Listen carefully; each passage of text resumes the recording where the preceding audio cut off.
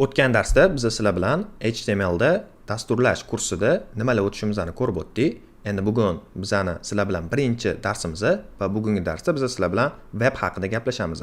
Umuman olganda, sizlar brauzerni ochib, ma'lum bir veb saytini nomini yozib, enterni bosganingizdan keyin shu veb sayt sizlargacha qanaqa yetib kelishini ko'rib o'tamiz. Har bitta darsning o'zini dars rejasi bo'ladi. Bugungi darsimizning rejasi bu webning ishlash prinsipi. Webni ishlashiga misol, tepada aytib o'tilgan ishlash prinsipini amaliyotda ko'ramiz va darsning oxirini bugungi o'tilgan dars terminlari bilan tugatamiz. Demak, webni ishlash prinsipini ko'rib o'tamiz. Sizlar web brauzerni ochib, ma'lum bir veb sayt nomini yozganingizdan keyin sizlar web uchun foydalanuvchi, ya'ni client hisoblanasizlar. Va sizlar boya aytganimdek, maxsus dasturlar yordamida, ya'ni brauzerlar yordamida va bularga misol Firefox, Google Chrome, Opera, Internet Explorerlar misol bo'la oladi, ma'lum bir veb sayt nomini yozasizlar. Web uchun bu veb sayt nomi domen deb ataladi. Ya'ni domen boshqa chiqib aytganda bu veb saytning nomi. Demak, biz mover.uz deb yozib, enterni bosganimizdan keyin brauzer maxsus so'rov yaratadi. Boshqa chiqib aytganda request. Bu request nima degani? Bu request mover.uz sayti bormi? Agar sayt bo'lsa, menga shu saytni ochib ber degan request bo'ladi. Va bu request serverga jo'natiladi. Endi savol, server nima? Serverni oddiy qilib aytadigan bo'lsak, bu 24 soat ishlab turadigan kompyuter va bu kompyuterning ichida bizani saytimizga tegishli bo'lgan hamma ma'lumotlar saqlanadi. Agar biz mover.uz saytini oladigan bo'lsak, bu saytdagi videolar, rasmlar, tekstlar, kommentariyalar shu serverda saqlanadi. Demak, server bizani requestimizni qabul qilib oldi va uni qayta ishlab, bu ya'ni request handling deb ataladi, bizga maxsus response yaratadi. Endi qiziq joyi, bu response qanaqa formatda bo'ladi? Asosan response o'z ichiga 3 xil formatdagi fayllarni oladi. Bularning birinchisi HTML formatdagi fayllar, ya'ni Hypertext Markup Language, va bu bizani saytimizning strukturasiga, undagi ma'lumotlarni joylashuviga javob beradi. Va ikkinchi eng ko'p uchraydigan fayl formati bu CSS hisoblanadi, ya'ni Cascading Style Sheets, va bu bizani veb saytimizning chiroyliroq ko'rinishiga va uni qulay qilib berishiga javob beradi. CSS bo'yicha ham alohida kursimiz bo'ladi va u kurs davomida CSS ni chuqurroq o'rganishingiz mumkin. Va endi uchinchi eng ko'p uchraydigan fayl tipi bu JavaScript fayl tipi hisoblanadi va bu bizani veb saytimizning interaktivligiga javob beradi. Masalan, sizlar veb saytni ochib, ma'lum bir knopkani bosganda hodisa sodir bo'lishi JavaScript yordamida qilinadi. Demak, biz response asosan qanaqa formatda bo'lishini ko'rib o'tdik. Endi bu response qaytib bizani web brauzerga yetib keladi.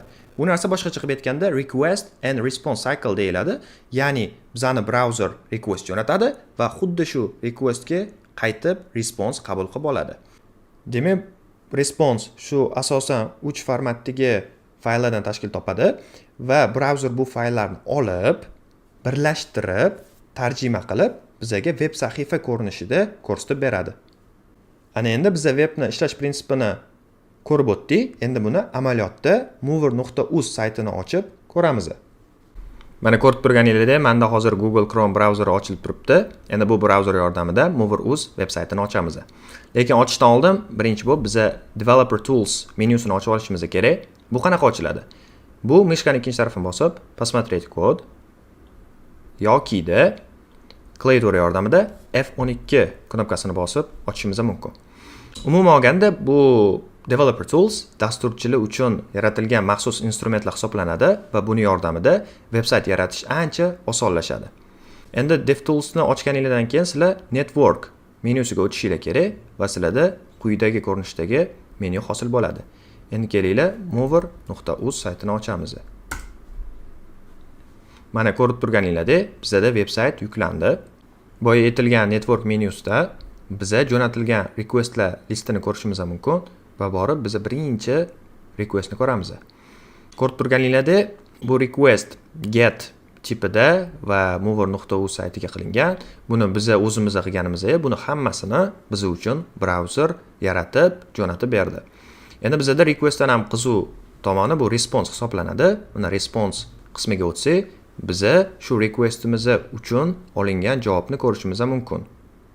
Bu boya aytilgandek HTML ko'rinishidagi fayl hisoblanadi va bu HTML bizani veb-saytimizni strukturasiga, ya'ni uni ichidagi elementlar joylashuvi va elementlar informatsiyalariga javob beradi. Masalan, title'ni ko'radigan bo'lsak, bu shu veb-saytimizni vkladkasini nomi. Undan tashqari pastroq tushadigan bo'lsak, masalan, mana registratsiya ruskiy o'zbekchalarini bu yerda ham ko'rishimiz mumkin. Mana registratsiya ruskiy o'zbekcha. Mana bu yerda biz ikkinchi requestni ko'rishimiz mumkin va bu request CSS fayl uchun qilingan va responsda CSS kodini ko'rishimiz mumkin.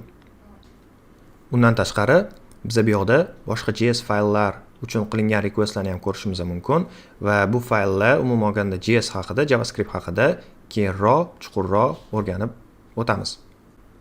Endi biz Network tabdan Elements tabga o'tadigan bo'lsak, boya aytganimdek, bizda HTML bu saytimizning strukturasiga javob bersa, CSS bo'lsa uni chiroyiga, ya'ni uni qulay qilib ko'rsatishga javob beradi. Kelaylik shuni amaliyotda ko'ramiz. Asosan CSS fayllar bu head qismida joylashgan bo'ladi va agar sizlar head qismini ochib CSS faylni ko'rishingiz mumkin. Mana bu yerdagi boya ko'rgan main CSS fayli bu yerda yuklangan va buni hozir biz o'chirib ko'ramiz. O'chirish uchun mishkaning ikkinchi tarafini bosib delete element yokida delete knopkasini bosib o'chirishingiz mumkin. Mana ko'rib turganingizdek, bizning saytimiz hozir boshqacha ko'rinishga kelib qoldi. Bu juda noqulay, foydalanuvchi uchun juda noqulay bo'lgan va tushunishga qiyin bo'lgan holatga kelib qoldi va boyagi ranglarni ham yo'qolganini ko'rishimiz mumkin. Lekin boya aytganimdek, HTML bu saytimizning strukturasi va uni ichidagi informatsiyalarga javob beradi va hozir ham xuddi o'sha informatsiyalarni ko'rishimiz mumkin. Ya'ni boyagi registratsiya ruskiy o'zbekcha ham hali ham saytimizda bor, lekin juda noqulay ko'rinishga kelib qolgan. Endi biz boyagi CSS faylni qaytarib qo'ysak, bu Command Z yoki Ctrl Z yordamida qilinadi. Saytimiz yana o'sha chiroyli, qulay ko'rinishga keladi. Mana biz hozirgi ko'rib turgan ishlash prinsipini amaliyotda mover.uz saytiga kirib ko'rdik va men o'ylaymanki, sizlarda webni ishlash prinsipi bo'yicha ma'lum bir tushuncha hosil bo'ldi. Endi keyingi darsimizda biz kirish darsi bo'ladi va u darsda biz o'zimizning birinchi web sahifamizni yaratamiz. Dars rejasida aytib o'tganimdek, biz dars terminlari bilan tugatamiz va bugungi ishlatilgan terminlarni shu yerda ko'rsanglar bo'ladi.